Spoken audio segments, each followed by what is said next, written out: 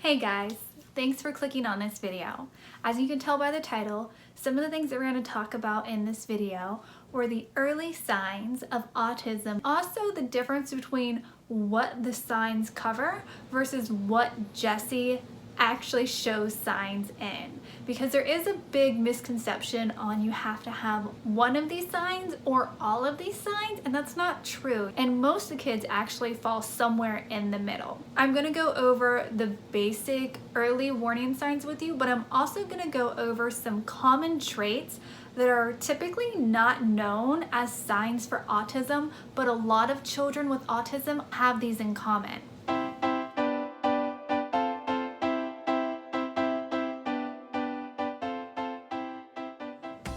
I do have to preface this with saying I am not a doctor. I have no medical degree. I am an autism mom, and I have done a lot of research on autism since my son was diagnosed. If you believe that you or your child have autism, you need to get a professional medical diagnosis. So you need to search in your area to find a doctor that is able to do that diagnosis. I also want to point out that these are common signs for children with autism. It's also normal to have a few of these signs even if you don't have autism. So just by watching this video, if you hear like, oh, my child has that or my child does that, if it's one or two things, that's not necessarily a reason for concern. This isn't a Google answer of, okay, I have a sore throat, I must have cancer. Like, let's not jump to any absurd conclusions here. This is just information for me to share with you on our experience getting Jessie diagnosed with autism. So I'm gonna start with the early warning signs of autism.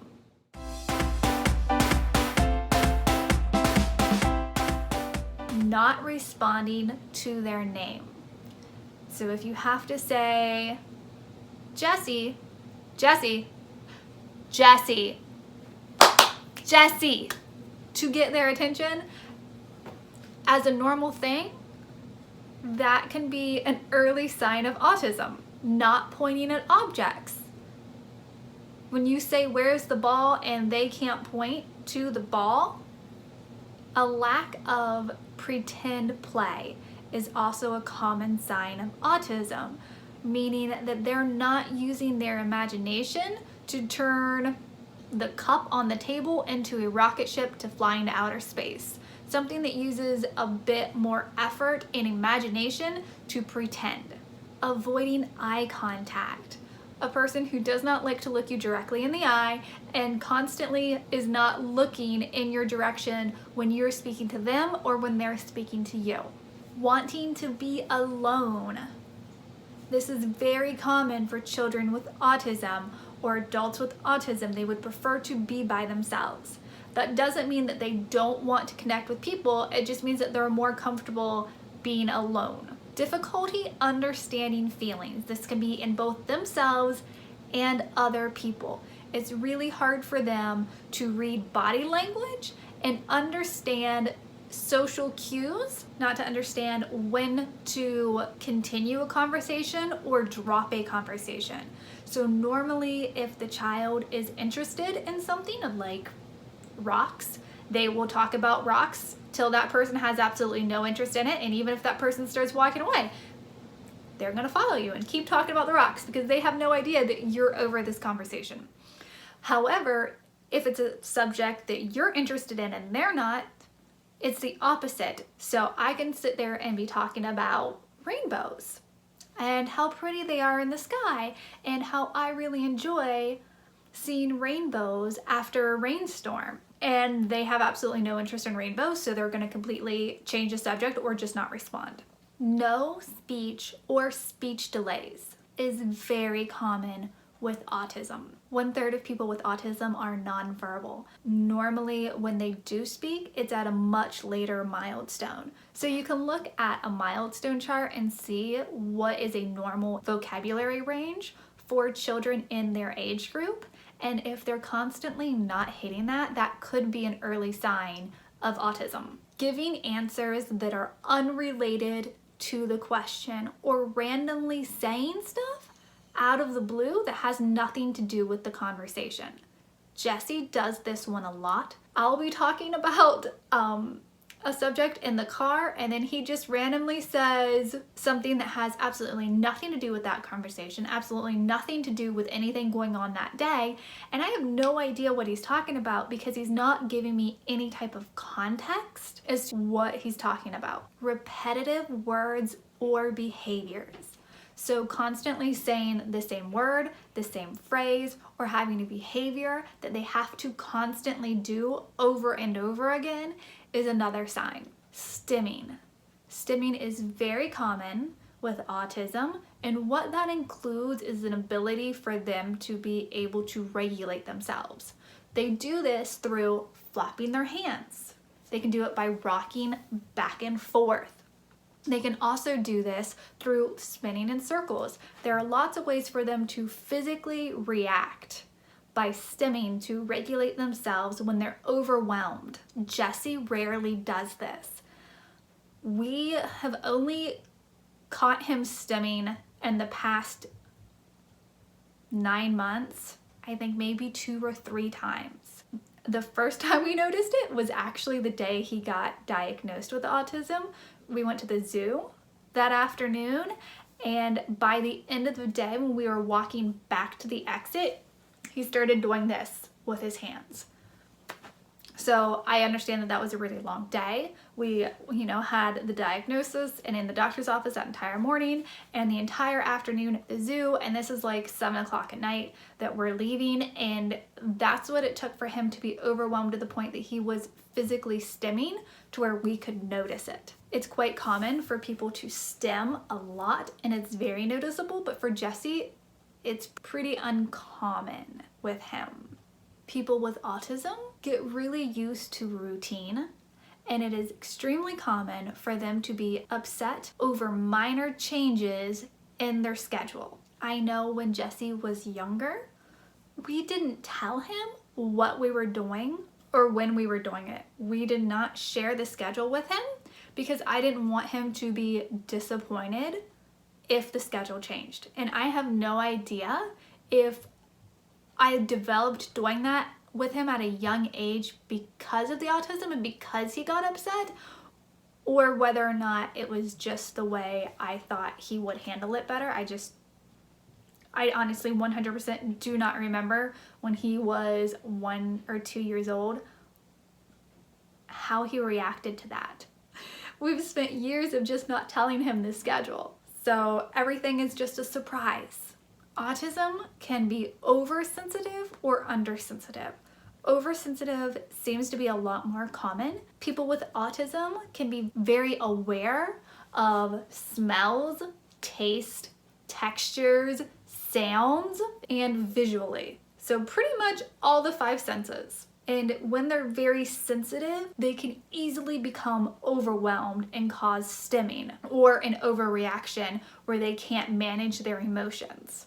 With Jesse, he doesn't seem to be sensitive to any of those 5 senses. He likes loud sounds, he enjoys loud music, he will eat anything, and we don't know if that's because he's undersensitive to those things or because this was a learned behavior as he figured out how to cope with those sensories. He was a picky eater, and that's something that I worked with him very religiously on at a very young age, and now he'll eat anything. So little to no sense of danger or awareness to personal safety is very common with autism.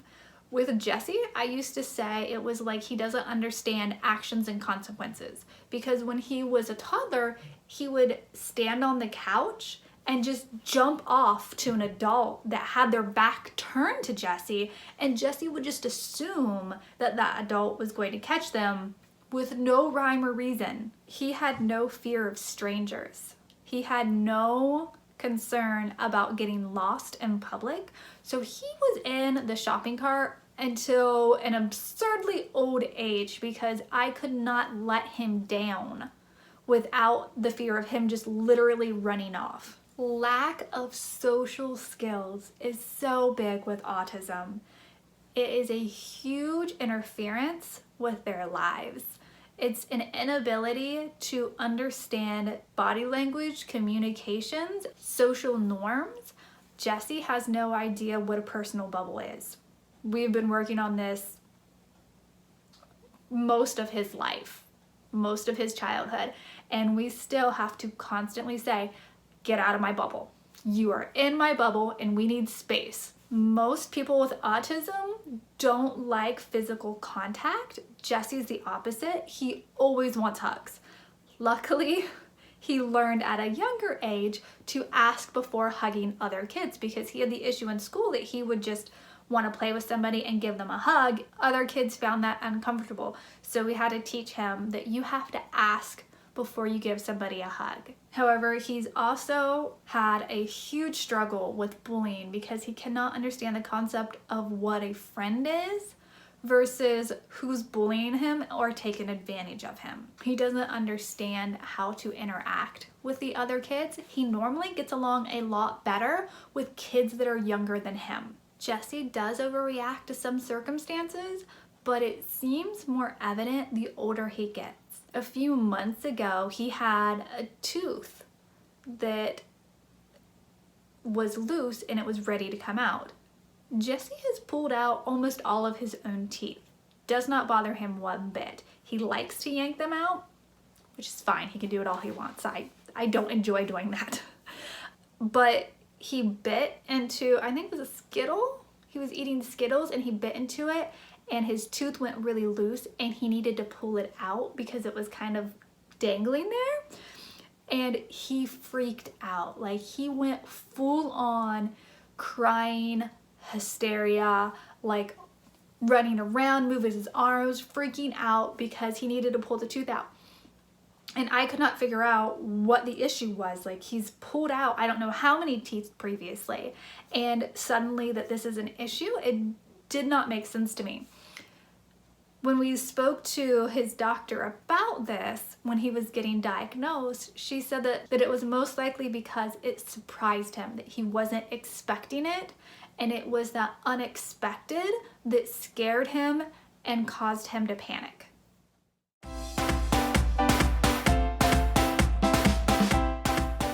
As we were doing our research on autism, we discovered a lot of common traits in people with autism. And these are kind of, I wouldn't call them signs of autism, but just some things that a lot of people with autism have in common. The first one being that they're really not great at sports, especially team sports. Jesse tried soccer, 2 years of soccer, 2 years of basketball. He wanted to play and interact with the other kids. It did not go well. He did not understand the sport so well and just wasn't that involved in it. And although he wanted to be involved, he didn't really enjoy it. Legos. Legos are a huge hit with people with autism. Jesse is no exception. He has an entire under the bed tote of Legos. Jesse, like most people with autism, enjoy anime. Anime is some of their favorite things. And I was trying to figure that out because Jesse has these series on Netflix and I'm like, why are you watching this? Like, how do you find this entertaining? Turns out that it's actually really common with autism. The other thing that I found interesting is a lot of children with autism find it very difficult to ride a bike. Jesse loved riding his bike as long as it had training wheels.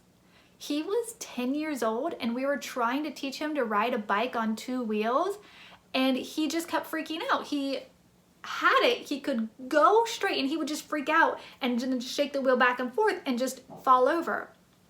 And it turns out a lot of people with autism have issues with balance. So not being able to ride a bike is a really common trait for those with autism. A lot of people with autism also have a very strong interest in animals or dinosaurs or dragons. They normally know a lot about them. So Jesse can sit there and name off any dinosaur in a book, and he can tell you facts about those dinosaurs. And I'm like, you can remember what type of dinosaur that is and what it eats and how big it is, but you can't remember to tie your shoes.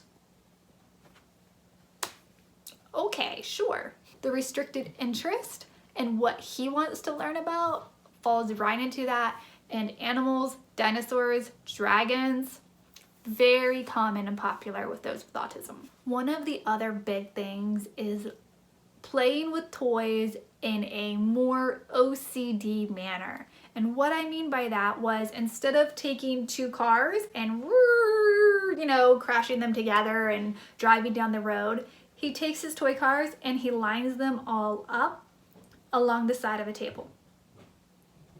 It's what he enjoys doing. He wants to take them out and line them up.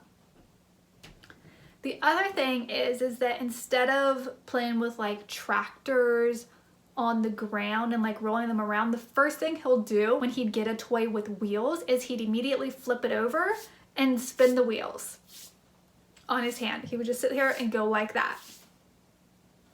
And that's how he enjoyed playing with his cars and toys. The other really common thing with that is blocks and how they play with blocks. Olivia, who does not have autism, if you dump out all the blocks, she will stack one block on top of the next one and then grab the closest one to her and put that on top, and grab the next closest one and put that on top.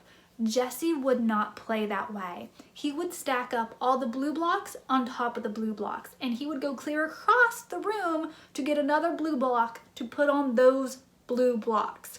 And if you put a red block on top of his blue blocks, he would immediately take it off. He did not like mixing different colors together. He did not like his animal toys being mixed with dinosaur toys. They had to be in their own little basket, sorted out.